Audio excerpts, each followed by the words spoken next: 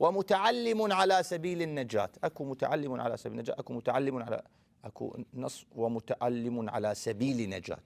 هذا يريد أن ينجو، وهذه العبارة بحد ذاتها تشير إلى أن النجاة بابها التعلم.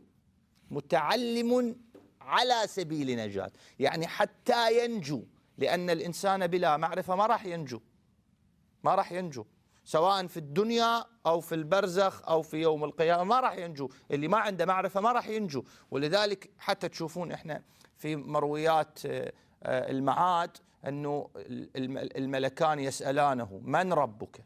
هاي من ربك يراد لها جواب معرفي، أنه شو عرفت عن الله أنت؟ لا. من نبيك؟ معرفة النبوة، معرفة النبي صلى الله عليه وآله، سيرته، حياته، اعتقادك بعصمته كذا. من إمامك؟ إمامك الذي تؤمن به، يوم ندعو كل أناس بإمامه.